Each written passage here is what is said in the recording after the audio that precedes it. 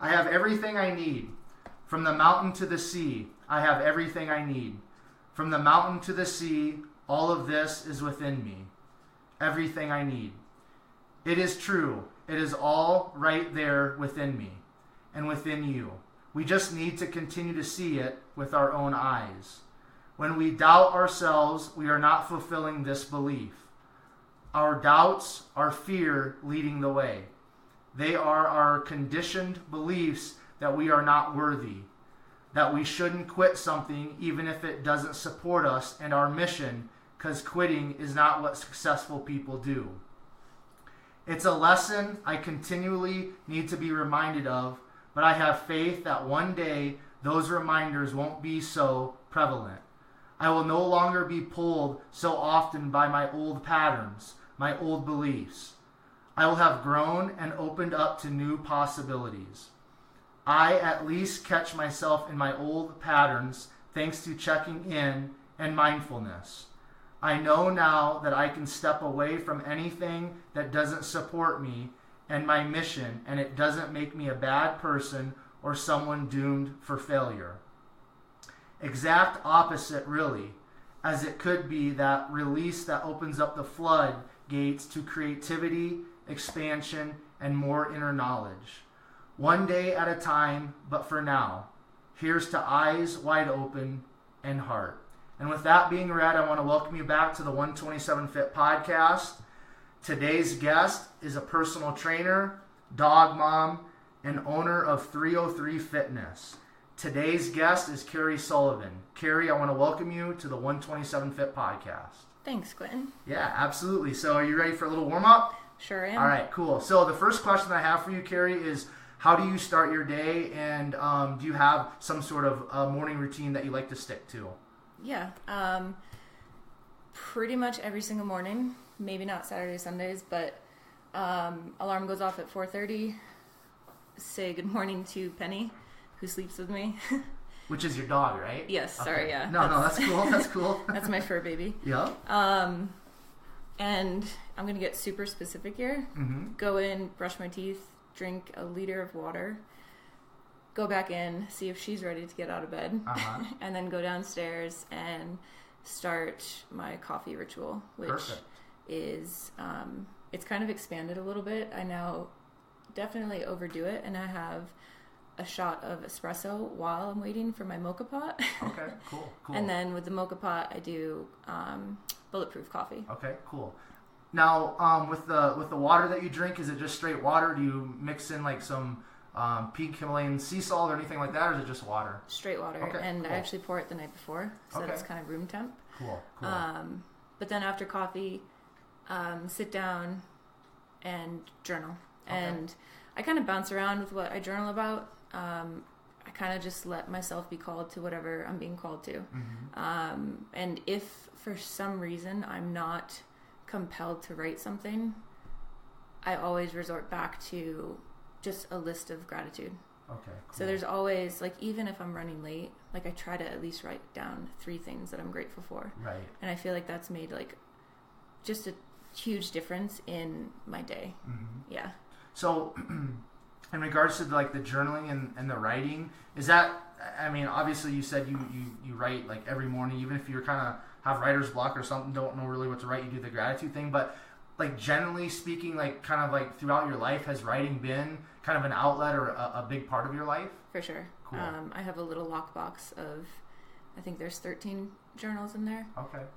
At some point I started saving them, and we can kind of get into that a little bit, but I think I started saving them from, like, the time that I realized, I guess came into acceptance of, like, an eating disorder that Mm-hmm. I had. It was around that time that I started to save those journals.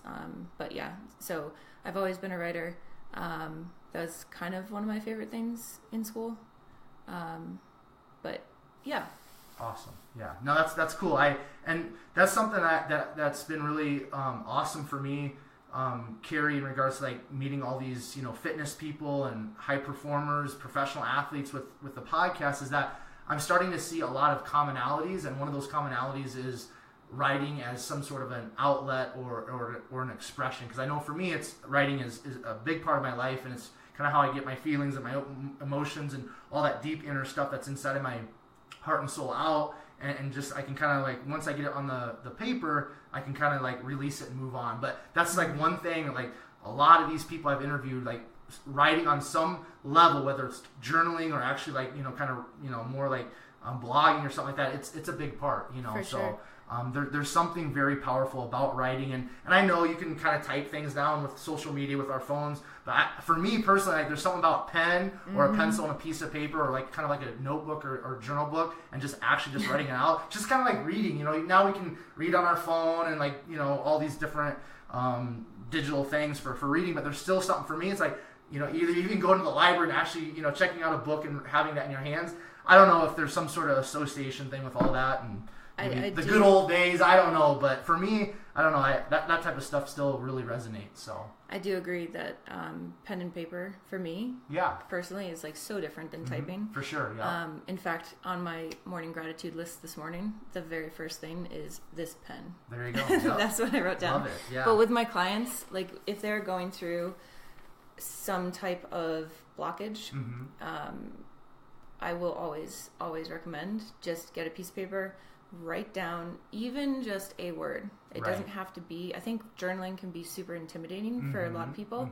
And it really, like, it doesn't have to be a storyline. It doesn't have to be a book, right? It could be a mess of words. Absolutely. But it's you doing, like, you are releasing shit that you didn't even know you were holding on to. Right. For sure. And the more you do it, the easier it comes. Absolutely. Yep. Yeah, just like anything else in life. The more you do it, the more you practice, the better you get at it, the easier it comes. So, cool. All right. So, Kari, the second question here is part of the warm-up. Do you have a favorite book or a book that you gift often? I'm big into self-help. Okay. My favorite book is When Things Fall Apart by Pema Chodron. Okay. I believe that's how you say her name, as it is my favorite book. I should know that. But... and that is a book that I will gift out or recommend to anyone who seems to be in a state of despair, like almost the sensation of like, how much fucking worse can my life be? Right? Like just feeling completely lost, or like, how is this happening to me? I got that book when I was 25 and questioning divorce. So I was married, and I think I had so much shame around this potential divorce and like what my family was going to think and what my friends would think. And that book really just showed me that, like, even if this was failing, there's a lesson in it. There's a lesson in absolutely everything that we experience. And we just have to be willing to see it. Absolutely. And if we can't see it, like, what steps can be taken to start to see it? Like, peel back the layers and start to see things in a different way, right? Really just like a profound book that comes with me everywhere. Cool. It really does. Awesome. Yeah. Next question. Do you have a favorite quote or mantra? Be the light you wish to see.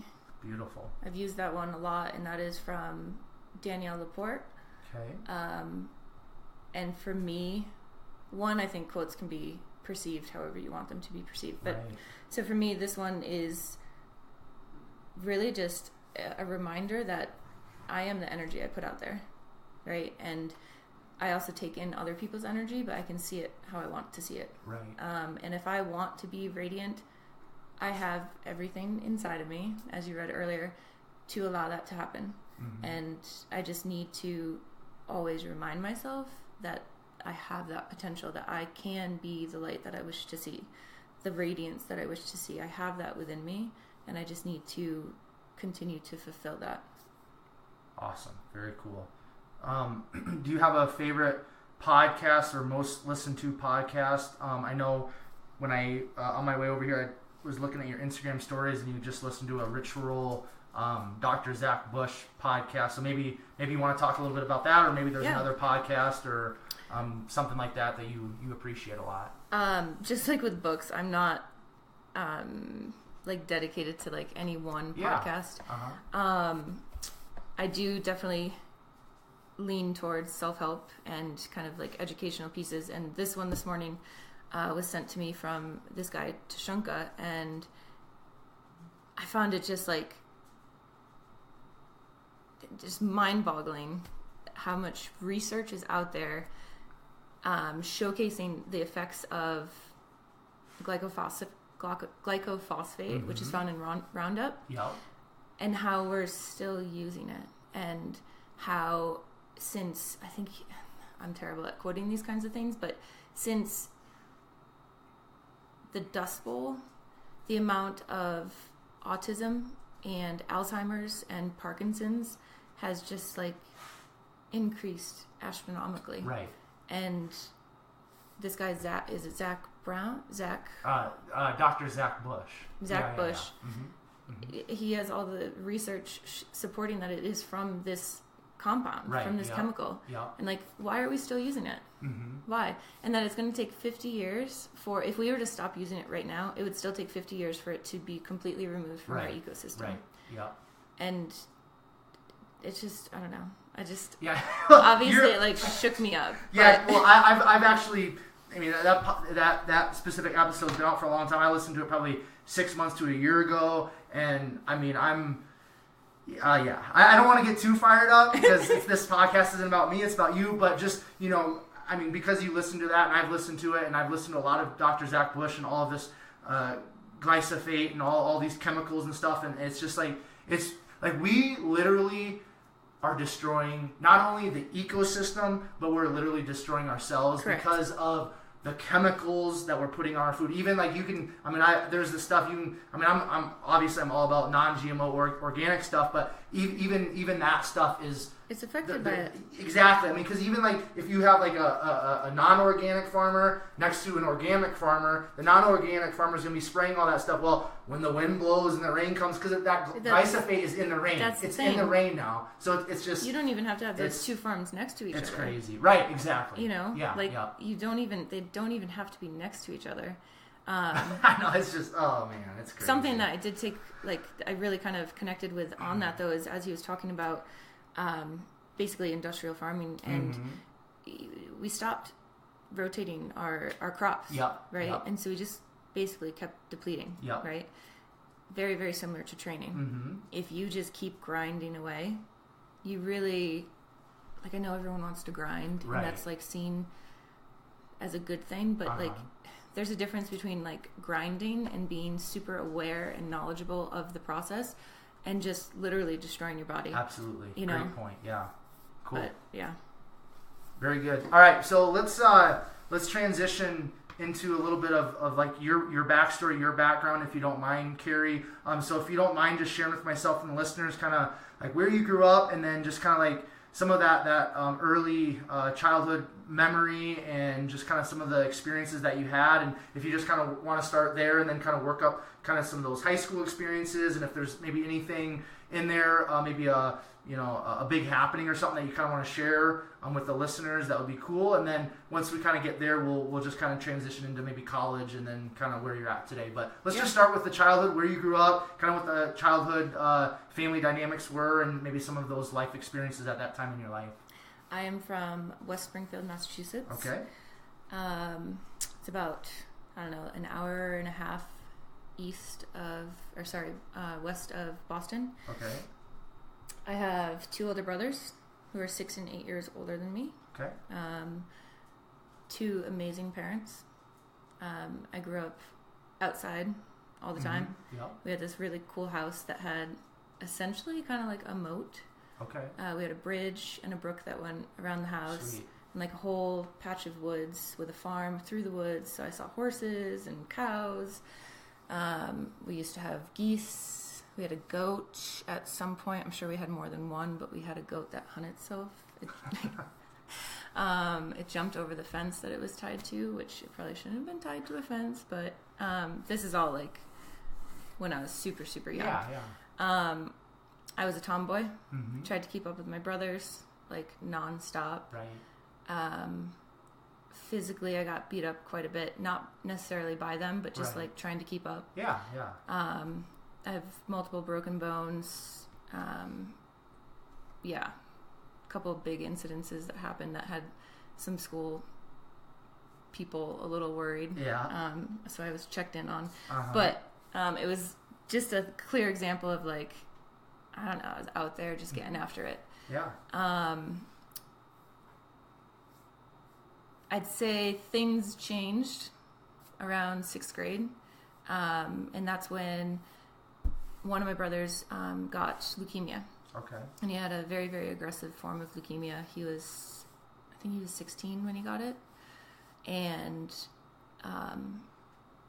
he was basically in the hospital for 6 to 8 months. Like, just like didn't come out. Like Right. he was on his deathbed. Mm-hmm. And my mom was a nurse at that hospital, and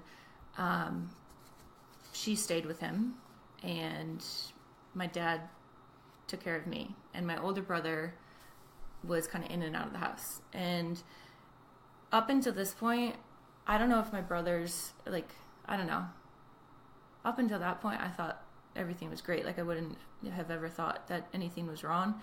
And maybe it was the event itself that kind of shifted things. But my dad trying to take care of me didn't work well at all. I was a very competitive gymnast, and Right. he was a 2-pack a day cigarette smoker. And I would just scream at him. He would be driving me to practice or on the way home from practice smoking, and Mm-hmm. just, you can only imagine some of the things that I would say to him as my Right. brother was in the hospital with cancer. Right. Like, what are you doing? Mm-hmm. And he did stop. He was hypnotized, and he ended up stopping. Mm-hmm. He kind of switched gears though at that point and went into drinking. And from that point on, he couldn't take care of me, so I was kind of shuttled around. So different members of the family, aunts, uncles, started to take care of me. We basically, I don't know, it's just the family dynamic shifted. And as an adult now, I see that I have issues with abandonment from that. Not that I wasn't people took care of me, and this is me kind of belittling my situation, but like, at the end of the day, that is what it came down to, is I felt like I was being abandoned. Like, Right. I wasn't being taken care of by my mom, or that I wasn't a priority. Right. Sorry, Mom, if you're listening, but we've talked about this. So after Matt got out of the hospital, he struggled, and he ended up having kind of like he ended up with addiction. Mm-hmm. And it's super, super, super prevalent across the nation. I would say that area of Massachusetts was and is super heavily affected by it. Now, I don't mean to interrupt, but are we talking about like prescription addiction, like Mm-hmm. prescription drug addiction? Yeah. So when he Specifically? was sick, he was on a morphine drip. Right. Right. Mm-hmm. And so he actually had terrible withdrawal Mm-hmm. coming off of that. And one way to fix that is to, you could take an opioid, and Right. you kind of feel a little bit better. Yeah. And that's just that super slippery slope. And I think witnessing all of that helped me to stay away from that, because clearly addiction runs in my family. It's heavy on all sides in all ways. And I myself have always felt the pull, and I've always kind of been that person that like chooses to dance with it. Like, no, I'm fine. And then like dead for 3 days, right? Like, no, I'm fine. Dead for 3 days. I'm never going to do this again. A month later, try to drink, right? Try to party, and then just be crushed by it, right? Mm-hmm. But I think seeing not only my father's experience, but then both of my brothers' experience with drugs really kind of steered me away from them, especially pills. Like, I'm not gonna lie, I experimented with your fun party drugs, right? Yeah. But I was never, ever, ever interested in Percocets or Oxys. And with gymnastics, I got hurt a lot, and we had so many in the house because I was hurt all the time. luckily I always got hives and felt sick. So I never really enjoyed taking them. So yeah, I think the whole experience of seeing your family struggle with addiction has greatly impacted me in more ways than I'm even still to this day aware of. Right. Because I feel for them, and I know their true character, and I know that they are super strong individuals. Right. But that there's something stronger than them. Right. So, if you don't mind me asking, like during this period, like when your brother was going through his battle with leukemia and stuff, and then you know, you kind of started experiencing that abandonment. Your mom was, you know, working at the hospital and you know, taking care of your brother and things of that nature, and your dad was doing what he was doing. Now, was there like, and you were you said you were being shuttled from like different aunts and different family members' houses and stuff. What, like, can you just maybe peel back the layers just a little bit more in regards to like that abandonment, and then just like kind of like the feelings, the emotions that you had to go through? Because you said this was like 6th grade or something, around that time. So I mean, you're very young, your brain's developing, you're going through a lot of different things, just, you know, with different emotions and just like that physical maturing. So just if you don't mind, Kari, can you just talk a little bit more about that abandonment, and then were you able to kind of tackle that like as you got older, or was that kind of something that you struggled with all the way up through your 20s, and is that something still you kind of struggle with to this day, and you have to kind of work through? For sure. Okay. Yeah, and like again, I try to take every single experience as a chance to learn, and like I feel myself as an adult struggle with abandonment issues, whether that is I have plans with a friend to go somewhere and they bail on me last minute. Like, there's a piece of me that gets unreasonably upset by that. Right? Like, do they not like me? Like, what did I do wrong? Am I not good enough? Those are questions that have been, like, conditioned into me, right? Like, I grew up thinking these things. I also grew up in a Irish Catholic household, and I think that alone kind of dictates a lot of my personality. But like the idea of abandonment, I would have never applied that to me, because in my mind I would have thought that meant literally they left you with no food, no clothes, no shelter, and that wasn't me. Like, I had a house, I was still going to gymnastics, I had food, I had clothes, and I did have love. But it was this fear of why is this happening? Why am I not being attended to? Why am I being pushed to the side? Why don't I matter? And I think, again, that Roman Catholic or Irish Catholic upbringing, like, what am I doing wrong? What am I doing to deserve this? Maybe I'll just do better in school. Maybe I'll just be a better gymnast. If I'm a better gymnast, everything will be better. Like, it's silly to think that that's how I used to think, but it is entirely how I used to think. Like, I would put so much pressure on myself to do well in my meets, and to, like, regardless of meets, I showed up for practice and, like, gave 110%, 120% every single practice. Because for some reason, I thought that effort would grant me validity, right? Turns out it doesn't. But, yeah. So, and I know that my parents didn't, like, my parents are amazing. Right? They were doing the best that they could. Their son was dying. Like, he was dying. He had, I think, 2... like very, very close experiences, if not like actually pronounced. Like, it was so intense, and they were doing the best that they could, and we all have our shit. They came into that with their own shit, and then boom, this thing happens, and like now they've got these 3 kids. One is 18 and gets his 16-year-old girlfriend pregnant in that Irish Catholic household. That was not cool. No, I'm sure it wasn't. That was not cool.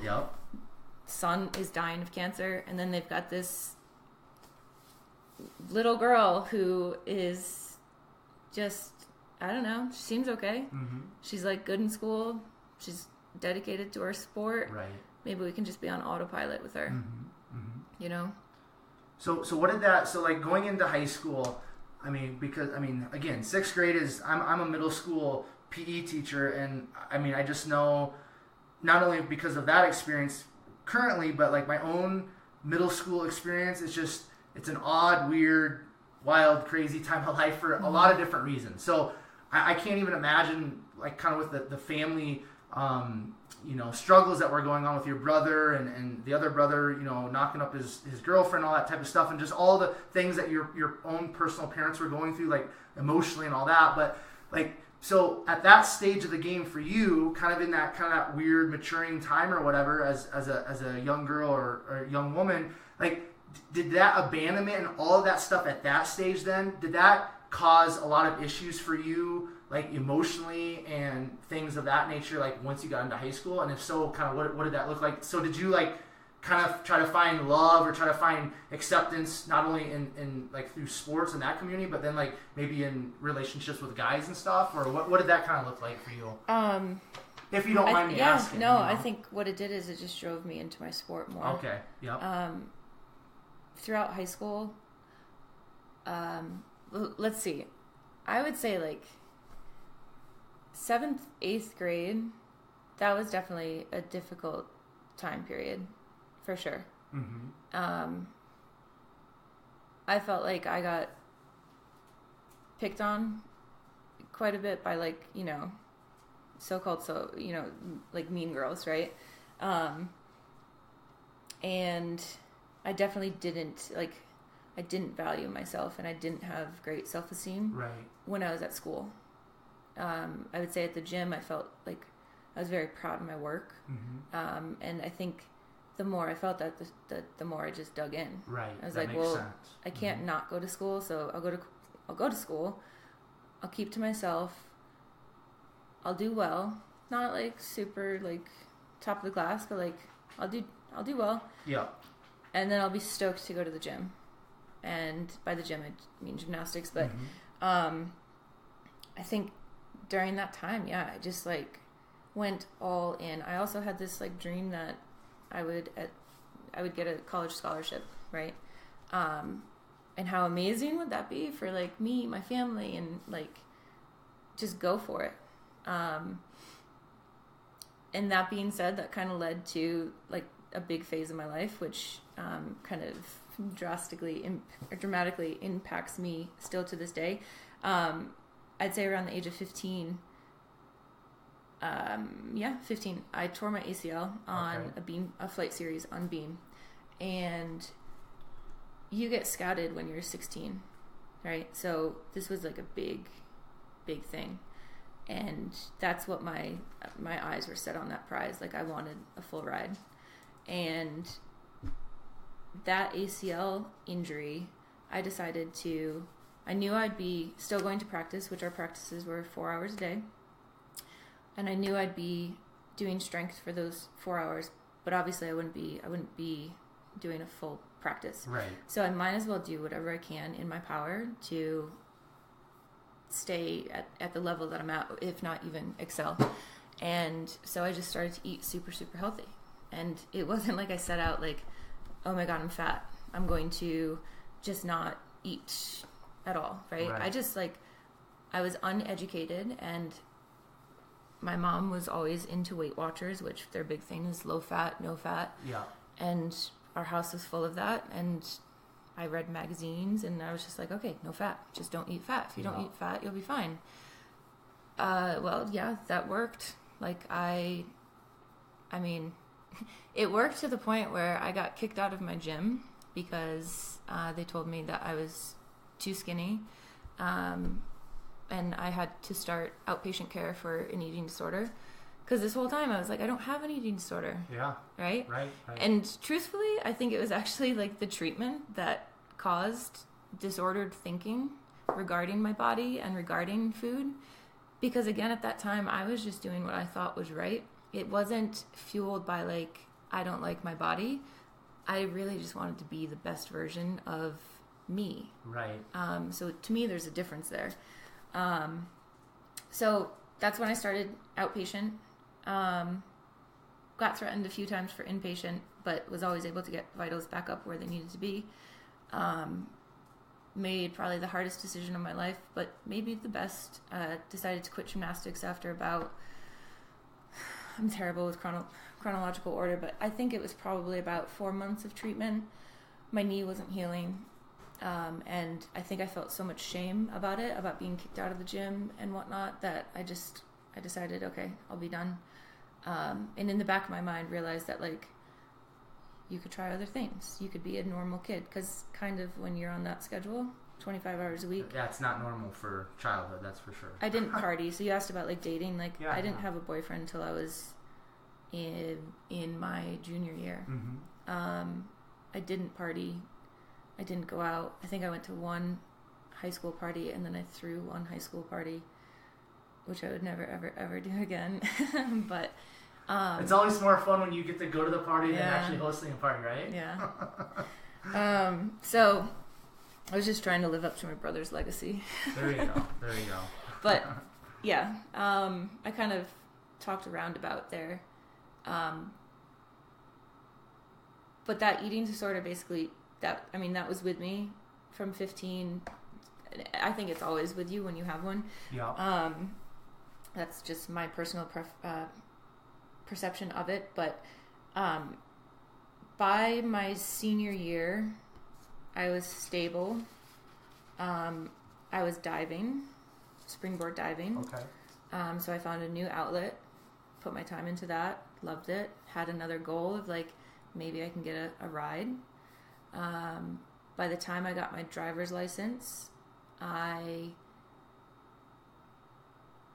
that's when it kind of switched from being stable into binging. So I started to, like, binge at that time. It was, I think, the freedom of a car, kind of like being able to go a little out of control.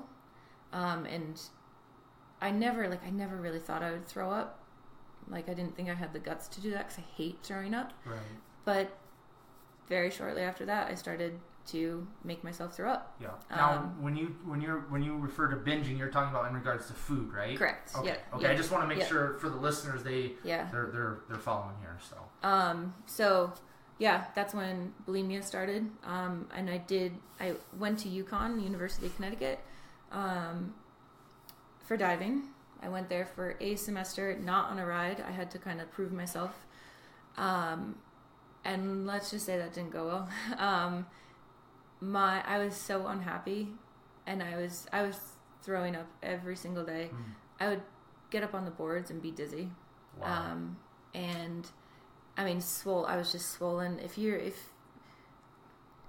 kind of know sometimes when you see somebody who's bulimic, because there is kind of like, I'm a big eye person, which a lot of people will be like, why won't you look me in the eyes?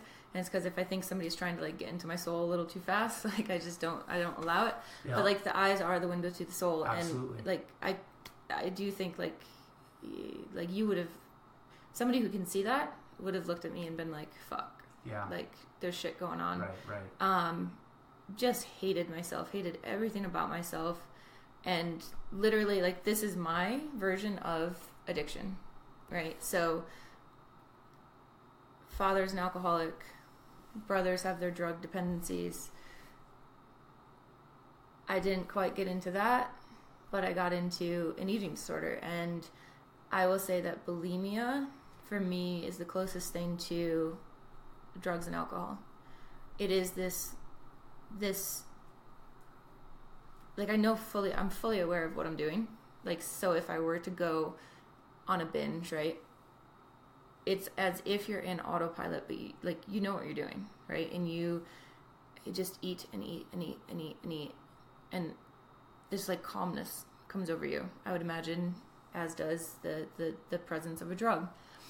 And then discomfort sets in because you've just eaten so much, and then you go and release, right?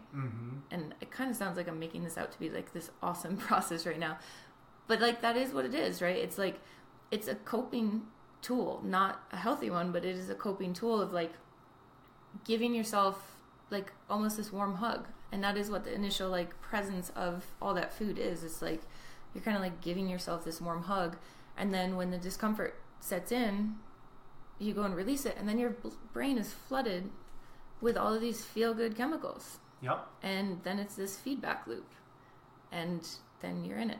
And you get stuck, right? You get stuck. Just like an alcoholic or some other addict or whatever. You do get stuck, and this is where I still like I don't know the difference though between like why was I able to stop and others have such a hard time stopping. Right. So like I'm curious about that, and I'm not belittling anyone who is struggling stopping drugs, alcohol, eating disorder, anything like that, but like it's the power, like what is that internal power that enables somebody to make that decision of like, hey, I'm not going to do this today. Mm-hmm. And why is that vary for everyone? Like, you know, what is that? Yeah, that's some deep stuff right there, in the sense of like, I know, because I know some people are like, you know, addiction is a disease.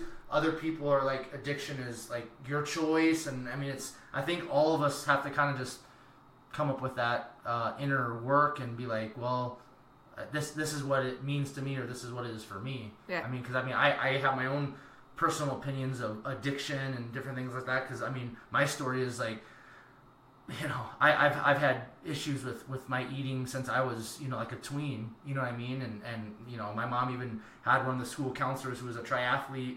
When I was like in junior high, one of the high school counselors come to her business and like sit down one-on-one with me and talk to me and say, Quentin, because I mean, I was running all these miles and lifting weights and like just completely dove into, you know, that physical culture as a young kid. And then, you know, I saw like my first six-pack on a male physique on the front of a magazine. I was like, I just want that. Like there was something that just, it got locked into my brain, and like the six-pack is like the thing. And I just like, and I wasn't eating enough. And this counselor, I mean, I'm so thankful for her. And she actually ended up being my counselor in high school, but she just sat me down one-on-one at my mom's shop business and just said, you need to eat more food. Yeah. And ever since, I mean, I don't know exactly when it was I saw that magazine, but it was some, you know, 10, 11, those really developmental years, impressionable years, where it's like, and that, up to this day, I still, I mean, I have a lot of control over it now, and I'm you know, I had a lot of growth, but I mean, I still weigh out my food. I'm still very anal about my food. Like, I don't have an eating disorder, but all of this still goes all the way back to that time of my life. And then like, I've always struggled with, you know, just like my aesthetics and like wanting to look a certain way and present myself a certain way. And it's just like, there's just a lot of stuff there, you know what I mean? So I think all of us kind of have to figure out, like, you know, first of all, you have to realize you have some sort of, maybe it's not an addiction, but you got an issue. Yeah. You got to realize, like, I've got an issue and I want to change it. Right. I think that's the catalyst for whether it's an addiction, issue, habit, whatever words you want to throw out there. Like, first of all, you got to recognize you've got something going on, and then you've got to want to personally change. I mean, would you agree with that, Kari? I would totally agree with that. I think that, and that comes back to shame, right? For me, that comes back to shame. I think that once we accept where we are at, we can then grow. Right. Or we can choose not to, right? But if we continue to live in denial, we will never admit that we have a problem. And if you don't admit that you have a problem, there is nothing to fix. Right. So maybe that's like, we just, thank you, we talked that out, and now I have the answer there. Like, the reason I was able to come out of this is because I realized I was sick of my own shit, and that it was exactly that. It was my own shit. This wasn't from anyone else. This wasn't the result of anyone else. This was my own shit. Right. And if I wanted to change it, I needed to accept that it was my own. And then that's when things started to change. I've also, like, the whole, like, I think we're afraid to admit when we have issues because of shame. Like, we don't want to be looked down upon. But the truth is, everyone's got their stuff. Yep, like, 100%. I think everyone has some issue with either their body or food. I think that's pretty safe to say. And it doesn't have to be huge.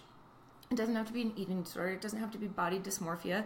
But, like, I think everyone's got something, right? And, like, if you just say that out loud to somebody, it actually like makes it 10 times better. Absolutely. It could be the smallest thing or it could be the biggest thing, but I know that the more I share my struggle with food or my body dysmorphia past or continuous struggles with that, the stronger I become. I learn something new about my story every single time. It's again like that chance to learn from even negative experiences, right? Like just open yourself up to that possibility and change will happen. Yeah, it goes back to what we were talking about, Kari, I believe in the beginning in regards to writing. When you write something down, you're releasing it. Mm-hmm. So it's the same thing. Like I believe in the power of the written word and I believe in the power of the spoken word. So like when we write something down, we are releasing it. We are getting it out of our heart, getting it out of our soul.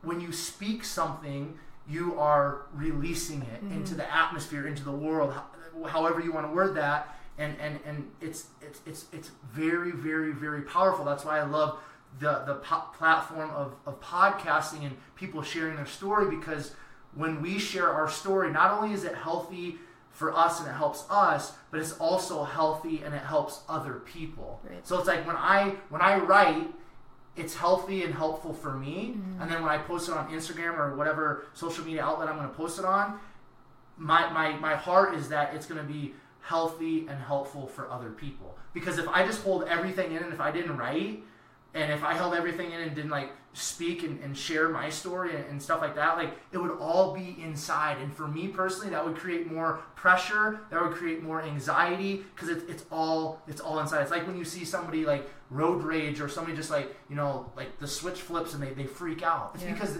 they've got all of this stuff pent up. Right. So I firmly believe that the written word and the spoken word, they're powerful and they are forms of release for us. And we need, just like exercise for you, exercise for me, it's a release. It's an outlet. Yep. If we didn't have exercise in our lives, like we wouldn't be who we are today. No. But it's the same thing with that writing and that speaking. I just believe that it's a form. They are forms of releasing. And we as human beings, we need to release things, and that's why I believe community with other human beings, connection with other human beings, intimacy with another human being is so very important. Yeah. Because we weren't made, we weren't created, we didn't come to be, however you want to look at that or word that, to just be about us and just like focus on us. Like we were created, we were made, we came to fruition to serve, to love, to connect with others, and that also is very important and healthy. So I guess that's kind of my perspective. But I'm just in agreement and alignment with you, Kari, because we're talking about the writing and just speaking, how that speaking your story helps you. It's very important and it's very powerful. So let's kind of keep moving along here, if you don't mind. Like, so you said you went to the University of Connecticut for a semester. Is that correct? Yes. Okay, and then if you don't mind unpacking kind of what, and you said that was kind of a train wreck. Yeah. So what did kind of things look like then after leaving University of Connecticut, like college, and kind of how did things unfold from there? Try to summarize this. Yeah, summarize it. Yeah, I mean, it's kind of hard to do sometimes, isn't it, with life? I tend to talk in circles too. So it's okay. So from UConn, I came back and I went to a community college, and I ended up getting a associate's in graphic design. Okay, cool. And at that time, so now I'm back in the Pioneer Valley, and I end up continuing to nanny for a family who I had nannied for before leaving for college. So I got that gig back. After I completed that degree, I decided that I would try out interior design, and so I went to school out in Boston, which also that didn't work out. I got homesick real fast, and so we won't even say that I went to that school. Okay. I didn't even yeah. So came back, and at that point I was kind of I was pretty lost. I was like, what am I doing? I can't just sign up for something and quit. That's not in my character. Let's not just jump the gun. Let's maybe just chill for a little bit and really kind of think about what you want to be doing. And so at that point I ended up finding some additional work, started working at a restaurant. That's where I met my now ex-husband. and kind of went on a roller coaster with all of that. Towards the end of that situation, we'll call it a situation, I enrolled myself at the University of Massachusetts. Well, I guess before that, I realized I wanted to go to school for nutrition. So I went back to community college and took all the undergrad for that. And started the tail end of that degree at the University of Massachusetts when I was 23. Yeah, when I was 23. And again, was married, engaged at that time. Got married, actually got married in Ireland, which was pretty cool. Yeah. It's pretty awesome. Sounds pretty sweet. Yeah, we got married in Dingle. Pretty awesome. Yeah. Like, a good wedding when your wedding dress is just like destroyed. And I don't know about that, but I'll take your word for it. So like, yeah, I just jigged all night in my wedding dress. The thing was black. It was so great. Like so I don't even know what that is, but that's okay. Irish dance, like I don't know. Yeah, I'm not Irish. It's I haven't studied Irishman or anything either, but it was a fun time. Good. But yeah, that whole situation was eye-opening. And I'm talking about the marriage. Yeah. I was naive. I think the issues of abandonment and no self-worth all definitely really played into that decision. I would say I was kind of like wined and dined, and I fell for it and I was blind. Yeah. I was blind. Yep. And at the end of the day, like, again, I learned some pretty great life lessons from the whole situation. But it was after a year of marriage that I was just like, yeah, no, I can't do this. Yeah. And so got out of that while I was finishing up the last year of school, I believe. Yeah. So then I was divorced, graduated with my bachelor's in nutrition. Still stuck around Pioneer Valley for a little while. Was waiting tables. I chose not to go the route of an RD for various reasons, but one, I couldn't have imagined 6 months of an unpaid internship. Right. I was taking care of myself, and that just wasn't possible. Two, I didn't totally align with the practices. Even when I was taught in my undergrad, I just felt like it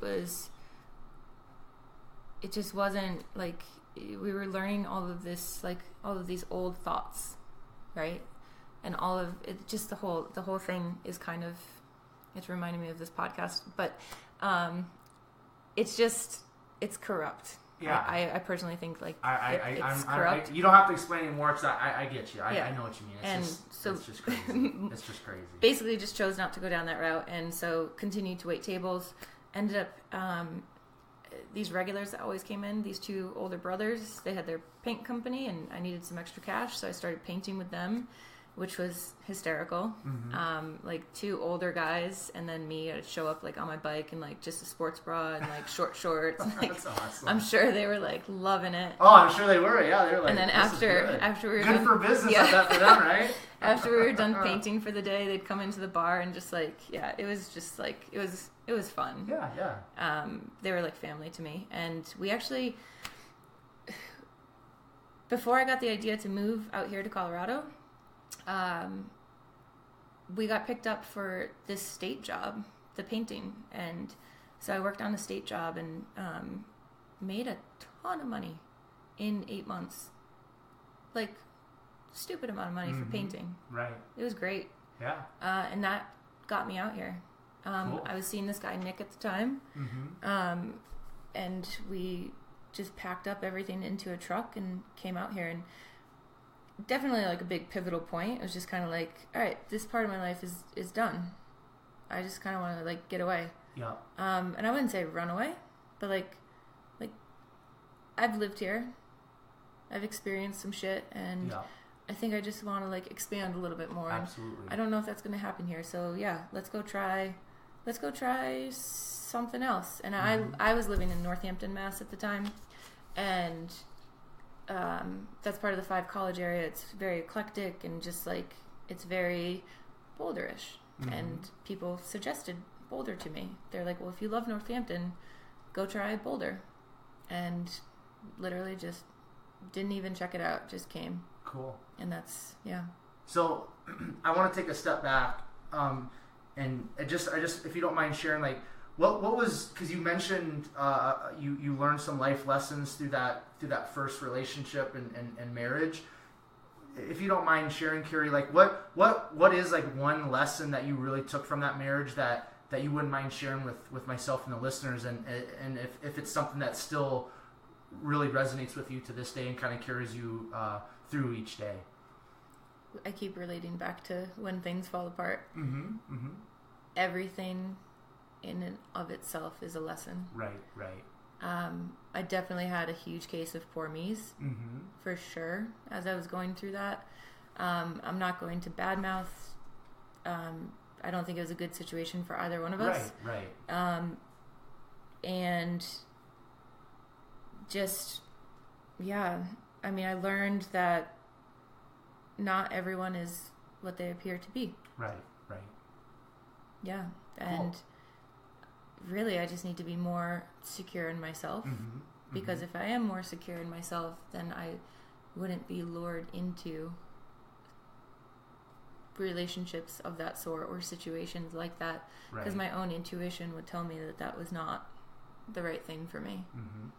Cool. So let's I want to talk about, I want to build on what you just said about kind of like, knowing yourself and things of that nature. So just share a little bit, Kari, like the importance of knowing your why, knowing your purpose, knowing what you're supposed to be doing during the time that you have on this earth. Like what is the value in that for not only yourself, but as a personal trainer, as somebody who is involved in fitness and has clients and is sharing and teaching with people every day. Like what is the value and the importance in knowing your why and knowing who you are, just like so that you can move forward and be the person that you're supposed to be? Yeah, the value in that is clarity. Clarity? Yeah. And I'm somebody who will, like, I always have to go back. Like, this is part of my journal practice, is like just making sure that I'm still in line with my purpose and my mission, and allowing that to also evolve, because I don't think it's always going to be the same for the entirety of my life, right? Exactly. I think it's always going to evolve. And for me, knowing my why has given me a lot of clarity. It removes a lot of self-doubt. It removes a lot of disdain. It fuels my fire. Like, when I know what I'm going after, I get amped up. Right. When I know exactly what I'm seeking, I get after it. Now, if I don't know what I'm seeking, like if I go into a grocery store without a list, I'm a mess. Yeah, same here. I can't do it. I can't talk on the phone if I'm in the grocery store. I can't. Right. And it's kind of similar to life. Like, if I go out into my day and I don't have a purpose, that's like me being lost in a grocery store. Yeah, that's great. That's a great analogy. Yeah. Do you, Yeah, for sure. And I love it. I am a fan of Post-it notes. I tend to list way too much. And so I'm trying to step away from that. But, like, I do think that having a general idea of some main points that you want to hit in your day is a great way to keep you on track with your why, with your purpose. Going too far can have a negative effect and just leave you kind of feeling like you didn't do enough and that you're not enough. Right. So it's kind of like a delicate balance there for me. But yeah, like I always, like in classes that I teach at this studio in town, Mecca, I'll always like randomly ask them as they're just crushing it. I'm like, what is your why? Why are you here? Like, what are you doing this for? And when you're dying during like a sprint set, I think that kind of helps. Like, are you here just because it feels good? Awesome, that's fine. Are you here because you're dealing with some shit and like this is your release? Awesome. Are you here so that you can hike with more ease, ski better, like whatever? Like, reminding yourself in the most challenging times of like what is your why has helped me so much. Yeah. So much. Because not every day is going to be absolutely perfect, and not every day is going to be easy. In fact, it hardly ever is. But I think if you continue to remind yourself of why it is that you're going after what you're going after, any of those struggles are more easily seen as lessons or more easily seen as opportunities for growth, as opposed to like that ingrained mindset of like, what the hell? Like, why is this happening to me? You know? Yeah. Yeah. So, if you don't mind me asking, what are you going after right now? What am I going after right now? Yeah. Well, I train for life. Yeah. And that's been a big switch for me because I've always been in a sport and I'm not right now. And so I half jokingly say that I train for life, but like literally I am training for life. Like I want to be able to survive if I don't have these like, I don't have thoughts of like the world coming to an end, but like if shit went down, I want to be able to survive. And not only that, I want to be able to survive and then possibly help somebody else, right? But I'm my why right now is I want to feel the best of my body. Yeah. And I want to spread this message of really self-acceptance. And so that's been fueling me quite a bit. And I apply that to my classes and to my clients. If somebody has negative self-talk, I don't shoot them down for it, but I try to help them reword it. I try to help them start the practice of accepting where they're at and like being okay with that. I feel like that is my purpose as of right now, to continue to share my story and my struggle with my body and my self-image, and to help others feel not alone, and so that they can start sharing and so that they can start learning the lessons that are within their own struggle. Right. Yeah. So what's for somebody out there, I mean, like I've already said, like I mean, every day is a battle for me with like my body image and stuff, and I'm a dude, and usually you think about females struggling with that stuff, but no, it's you know, guys struggle with it just as much, and I don't want to say probably more, but there's a lot of dudes out there that struggle with body image as well, right along with the female. So for somebody like myself or somebody out there that's listening to this, Kari, that has had those struggles with body image, maybe they have had, you know, an eating disorder or currently or struggling with all of that, what's maybe like an actionable step in regards to a thought process that they can take to kind of start overcoming some of those struggles or those issues? Yeah. Backtracking real fast. There are plenty of guys. Yeah. Plenty of guys. I know there are. It's funny, on Instagram I have way more men that interact with me in direct messages regarding body image than females. Right. And I don't know what that is. I don't know. I guess it's just that people feel safe coming to me, which I love. And if you're listening and you want to talk to me about your body image, like, please do. But just to kind of support what you just said, there are plenty of men out there. And I think for men it's actually harder because it is seen as something that women deal with. It is not seen as something that men deal with. Right. So there's that shame principle, right? And it's just like... It's a great point. I really don't feel like there's support out there for guys. And I think that there are a lot of men out there that are actually like struggling and don't feel comfortable enough releasing. And so that struggle just continues. But I think everyone's different.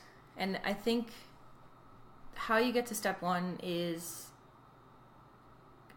like that's going to maybe be different for everyone, but step one is accepting, right?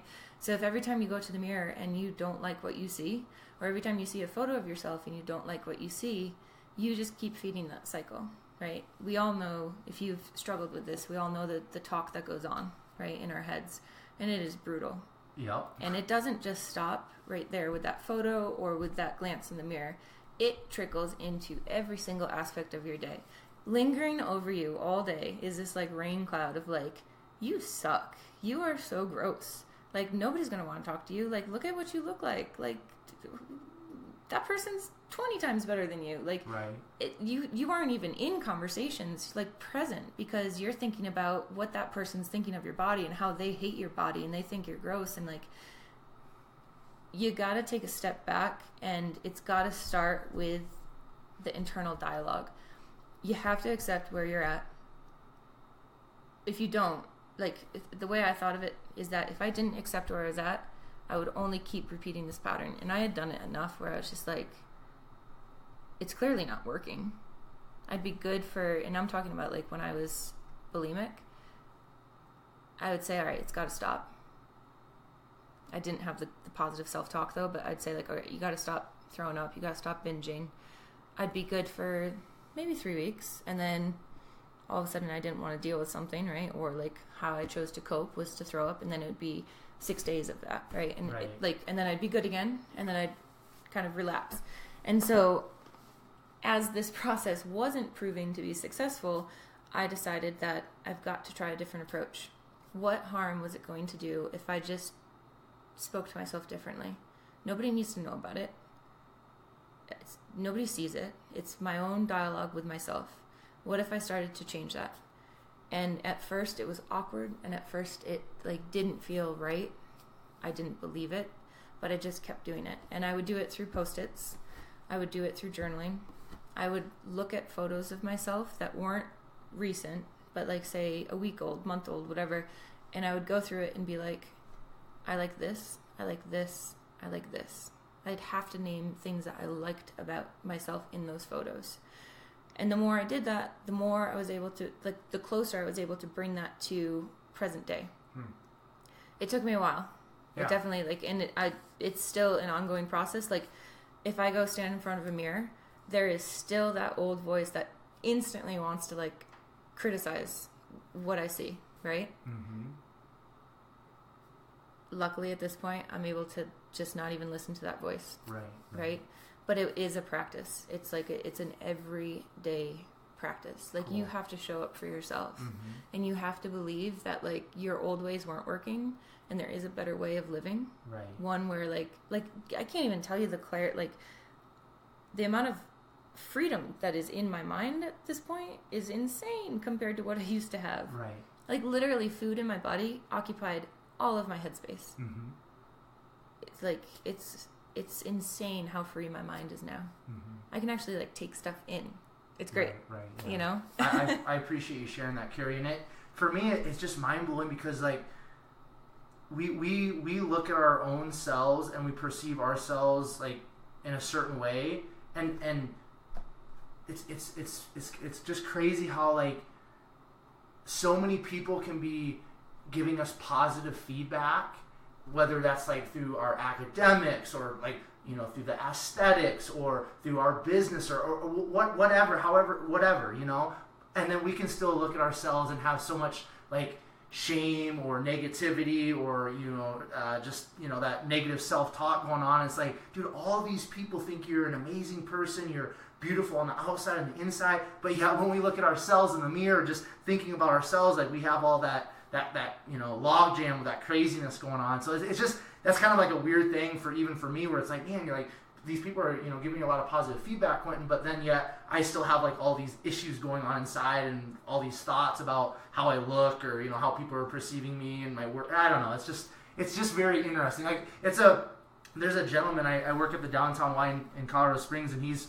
like a recovering alcoholic, and we've connected a few times while I'm working, and he comes up, he's like, man, you know, it's been a battle, struggle, all this, and you know, he's trying to get into the fitness and stop the drinking, all this. I just tell him, like, the last couple Saturdays I've seen him, I told him, I'm like, dude, like, every day is a fight, man. Yeah. Like, every day is a fight. Like, I don't care how together somebody on the outside appears. Like you said earlier, which was just a beautiful statement. You said, like, something in regards to, like, we all have issues. We all have struggles. We all have things going on. I don't care if you're the president of the United States. I don't care if you're the person, you know, that's sleeping on the streets at night. Like, everybody in between those two, you know, spectrums or whatever, that we've all got issues. Mm-hmm. We've all got issues. Like, I don't care how much money you have. I don't care how good looking you are on the outside. Whatever all that stuff is. I don't care how many followers you have on Instagram and all of that. Like, everybody's got issues. And I think that's, like, a big part for me is, like, you know, that builds confidence in my life and helps me just to continue to,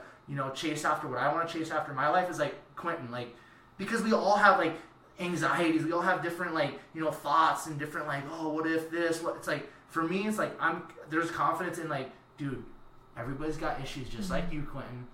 Just go out and get after, you know, get after whatever you want to, you know, accomplish or conquer or whatever, you know. So I don't know, like, it's just important for us to remember that we're all messed up on some level. You know what I mean? Like, we're all messed up. So let's just work together. But also, again, going back to that guy at the Y, is like, you've got to fight. Like, you've got to fight your mind. You've got to fight for what you want. It's not going to be easy, right? No, and like, we all grew up with some type of conditioning. Absolutely. Right? Absolutely. And like, I think as adults, like, we come to see what that conditioning has led to, right? And then we're like, wow, that's whack. Like, but it's not so easy, right? It's not so easy to just be like, wow, that's whack, and I'll just change. You grew up thinking this way. Absolutely. You grew up with these beliefs that, like, oh, if I don't do this, then I'm worthless. Or if I don't look this way, I'm worthless. Mm-hmm. You can't just flip a switch and rewrite that. It has to be, you have to put that switch on every single day, right? Yep. And you have to be super mindful about it, because it's not going to change itself. Like, these are, like, you are trying to rewire your conditioned beliefs. Absolutely. And that's just like, it's probably a lifelong process. It is. You know, like, I'm definitely somebody who, like, I was led by fear, for sure. Mm-hmm. I think most of us are. And like, the whole thing of like standing in front of the mirror, like, any criticism, that is fear. Fear of abandonment, fear of not being worthy enough, fear of being criticized by somebody else. Mm-hmm. Well, if I swap that for love, and I start to see myself in a light of love, all of a sudden there's so much less anxiety, so much less fear, right? Because you've let love in, and it's just a different way of approaching it all. We've always let fear lead the way, and if you let love lead the way, it's just a lighter path. I like that. That's good stuff. Okay, so we've been going over an hour now, so we'll start kind of heading towards the end. I just want to touch on a few more things, Kari, if you don't mind. Let's towards the end of that reading that I opened up the podcast with, which was a post from your Instagram. Towards the end, it said something in regards to like open eyes, open heart. What does that mean to you personally? To not, bringing it back to fear, to not let, basically to not let fear in, or to not let. So if I lead my life through fear, my eyes definitely aren't open. I'm like closing them so I don't see what's going on, right? Yeah. And again, kind of like pre-podcast, we talked about some heart stuff. Like, that's me closing my heart, right? Okay. Not letting people in. Okay. What is the worst thing that can happen if I actually just open my eyes and let things come into my life?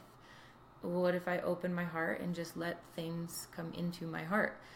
Doesn't mean I have to be attached. Doesn't mean I have to accept what I see, right? But like, I just need to be open to these opportunities. I need to be open to these opportunities for growth and for change and for learning. That's what that means for me. Cool. All right, let's just touch on quickly kind of your training philosophy, and then what kind of like the current nutrition philosophy is for you, and maybe for the clients that you train. Yeah. My training philosophy. I pretty much think it's always better. Like, I'll do an assessment. And are we talking about training philosophy, like my own personal, or with clients? Just let's just stick to kind of like your personal? Overall. No, let's talk to like the overall general training philosophy for maybe like a client. And I understand. Obviously, I understand. Like, it's all individualized, but just generally speaking, you know what I mean? It is all individualized, but it all comes down to like, how does somebody move?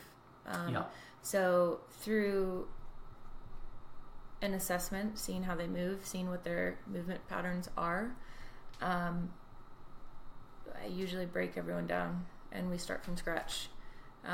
Because just like those conditioned beliefs, we all have learned movement patterns, and those patterns might not be the most beneficial, nor maybe will those learned movement patterns lead us to our greatest potential, right? So working with somebody and actually seeing their basic movement patterns and fixing those if need be, and doing mindful movement. That's clutch for me. I think speed and power are amazing, but most of the people that I'm working with don't necessarily need speed and power. Not yet anyways. I would love to get them there, but it is, for me, it's all about moving with mindfulness and for them to actually connect to their body. I think a lot of us walk around, basically, I've heard people call it like we just walk around in this like sack. It's like a sack of cells, and like they have no idea what they're doing. Right? Like their arm could be extended and they have just no awareness of that, right? They know their arm's out there, but like there's no actual connection to that. And some of my clients call me like a voodoo witch doctor because I kind of get geeky on this kind of stuff. You get a little woo on I do, but that's I'm like, good, though. You just need to like, I think the most profound change can come when you not only are able to perform the skill, but you have complete awareness of how you got into that position or how you performed, how you executed that skill. That could be walking, that could be a farmer's carry, that could be a lunge, it could be a lateral lunge, it could be a step up, a pull-up. Oh my god, a pull-up is like a great example. So many people aren't actually activating the correct muscles for a pull-up. Right? And you're not going to be able to do it if you don't break it down and start from the very beginning. Because those muscles that need to be activated aren't strong enough. Right? So like, I really enjoy breaking people down. I don't mean that in a bad way. I know what you mean. But like, I really like finding the root ball of basically them and their movement patterns and cleaning it up. I think that's a good way to put it. Like kind of like cleaning it up and then planting it and then growing from there. That's cool. No, that's cool. And I appreciate that you touched on the mindful movement because for me personally, coming from a bodybuilding background and that's the type of training I'm doing right now. For me, I could care less about how much weight I lift. I've never really been an explosive athlete. For me, it's all about the mind muscle connection. Like when I'm lifting, I'm all about, and I know for some people that don't understand all this, it's maybe kind of woo or crazy, but for me, it's like when I'm lifting weights, like I like to get into like a Zen state. I'm feeling like if I'm doing a biceps curls, my mind is focused completely on my biceps, and I tell myself like just become one with the movement. So if if I'm doing like a barbell, bicep curl or dumbbell bicep curl, it's like I'm just like become one with the movement, and I don't know I don't have no science. I don't care about all that stuff.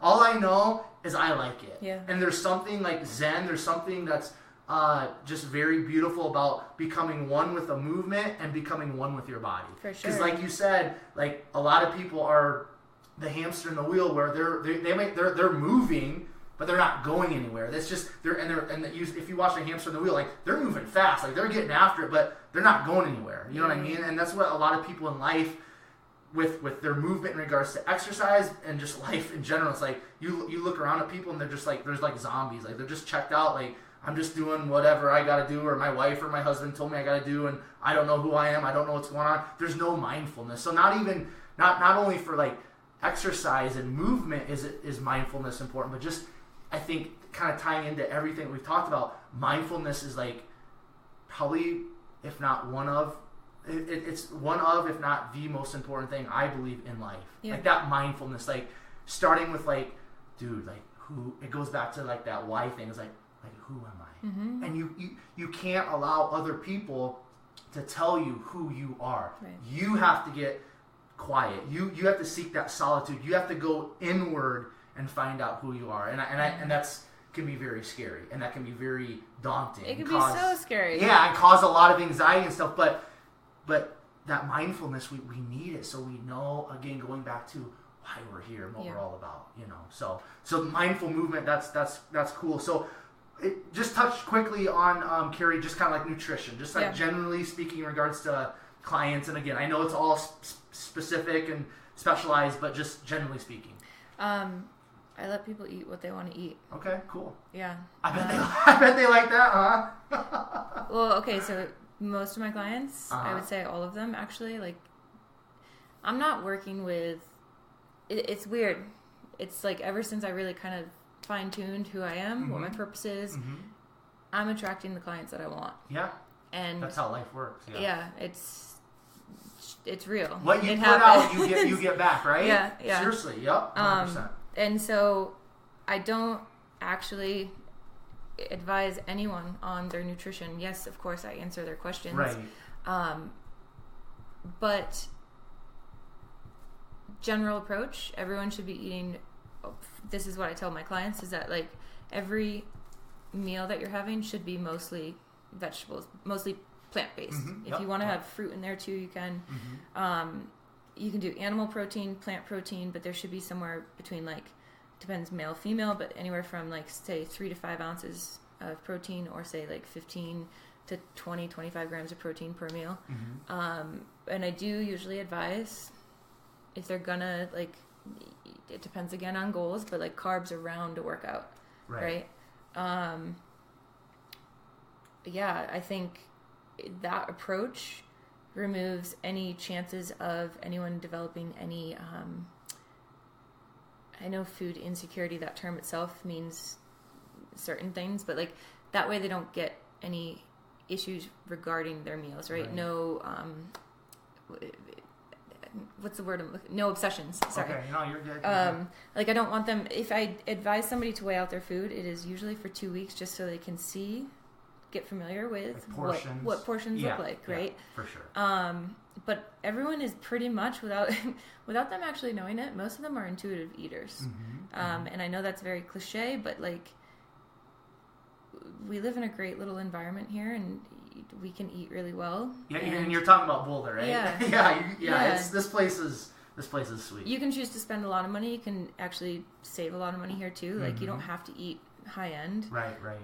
But we have like a great little food environment here. Like and really super health conscious, and I think it's harder here to like eat shitty. Right, yeah. Yeah, cause even though they still have McDonald's and everything. Yeah, but like you've got the mountains right there. Yeah. I don't want to go hike with crap in my stomach. Right, yeah. You know? So yeah, I just advise people to eat real food. Cool. Eat real food, listen to your body. If it's hungry, feed it. Yep. If you think that you tend to overeat or that you're eating out of boredom, then grab your journal, and next time you're hungry, make sure all electronics are off, that you are just tuning into your body, and write it out. Like, are you actually hungry? If you're having an issue with that, have some water, go for a walk. Like, you know, I'm not too strict about what they're eating. No, that's great. Simplicity. I too was a bodybuilder, and people come to me for plans all the time, and I just don't do it. Yeah. I don't do it at all. Yeah. I refuse to. Because at the end of the day, a standard bodybuilding diet, like one that is just easily kind of scripted out, is not very good. It's just not. It's just does it cause work? A lot of issues. Does it cause work? A lot of issues. It works real well. Yeah. Create a lot of food intolerances and it works really well with all that kind of stuff too. Yeah. If you're just looking to cut, for sure, that kind of diet will work 100%, but it is not maintainable. Yeah. And so I just don't do it. Yeah, no, it's cool. Yeah. I think that's powerful, where it's like you, Kari, know who you are. You know what you're going to do training wise and nutrition wise, and it's just like, this is where I stand, and if you like it, great. If not, like, whatever, right? Kinda, yeah. So but that's good. I'm always open to learning. It's important, and I'm open to like conversing. And I am actually flexible, but like, when it comes to certain things, like this is how I roll. Yeah, it's good. That's powerful stuff. So, all right, so I got 2 questions left. So the second to last one is, like, for Colorado, kind of the Boulder area, some of the exploring that you've done, what's like maybe 1 or 2 places, if somebody's kind of already living out here or coming out to visit this summer, that you suggest they check out? Ooh. Well, I go to Red Rocks a lot. Okay, yep, that's been a big one. Yeah, I usually work out there on the weekends. And then I would also say one of my favorite hikes ever was 4-Pass Loop. Okay. Yeah, that was just unreal. I did that with Primal Flow, and we did it in 2 days. Okay. But I think most people like want to take their time and take it and do it in like 5 days. But yeah, it was just great. Now I know you were down in Colorado Springs here like a month and a half ago and did the incline. Did you enjoy that? Or because I know that's a big. Yes, I did. In the moment. Not necessarily. Well, that's me, right? Yeah. I think a lot of us athletic types. Right. It was work. I'm not gonna lie. Mm-hmm. And I definitely thought I was gonna go a little bit faster than I did, but that was my first time, and I think it took me 37. Mm-hmm. I just saw somebody posted that their client did it in 28, and I was like, what the hell? Well, it was that morning you guys were down there though. It was like super foggy and stuff. So foggy, but then we got to the top and we were above the inversion, and really? It was just like it was great. Yeah, cool. Yeah. Here in Boulder, one of my favorite hikes is Green. I think I go up Ranger, but that's my Boulder go-to. Cool. Yeah. All right, so last question to kind of wrap things up. Kari, is what sets your soul on fire? Being outside. Being outside? Okay. Yeah, the sunshine. I mean, that's a complex question. No, that's cool. Like, it's a combination of being outside and moving my body. There's just nothing like it. It just lights me up. Yep, I'm right with you. I'm a sunshine junkie, so it's good stuff. And being out here in Colorado, the elevation, like the heat and the sunshine is just different. Like you just because obviously you're closer to the sunshine. I know that, but just like there's just something more intense about it, more beautiful for me personally. I don't know. Oh, for sure. I love being outside, shirt off, shorts, doing whatever I'm gonna do, and sunshine's beating down, getting tan. It's good stuff. We're right around the corner. The summer's almost here. My favorite time of the year. So that's good stuff. But all right, so Kari, I just want to thank you for taking time out of your busy schedule to hang out with myself and the 127 Fit podcast listeners. Definitely an awesome conversation. At this point in the game, if you have any sponsors or if you have just like your Instagram handle, things like that you want to share, go ahead and share those things right now if you don't mind. Yeah. Here in Boulder, I am an ambassador for GoFar, which is a great little shop on Pearl Street. You should totally go check it out. She's got a dope shoe collection and awesome apparel from all different vendors, but a lot of it is smart wool. And there's a great little coffee shop in there too, so you can get one of those while you're in there. And then, my Instagram is my Instagram is 303FitChick. Cool. And if you're not following, follow along, especially if you're into body positivity, self-acceptance, getting outside and workouts. Sweet. Yeah. All right, cool. Thank you so much, Kari. And listeners, I just want to thank you again for tuning in to the 127 Fit podcast. If you want to reach out to me, my Instagram is at 127 Fitness. Facebook is at Quentin Vars. Website, which is just a blog site, 127fitness.com. And if you guys could start just helping me out with the whole podcast thing in regards to liking, subscribing, sharing, and then most importantly, leaving a 5-star review if that's in your heart to do that, especially in the iTunes, Apple podcast realm, that would be great. And then if you think you would be an awesome guest, or if you think you have some friends or some connections that would be a great guest or awesome guest for the 127 Fit podcast, please email me 127fit@gmail.com. And then I am also always open to feedback, whether that's positive, negative, or indifferent. Just send me that feedback my way, and you can again just send me an email with that feedback, 127fit@gmail.com. Thank you again, guys, so much for hanging out with myself and Kari. Hopefully you have a great rest of your day, evening, whenever you're listening to this. And per the usual, I will leave you with Proverbs 24:10, which states, "If you faint in the day of adversity, your strength is small." This time until next time, I will catch you guys later.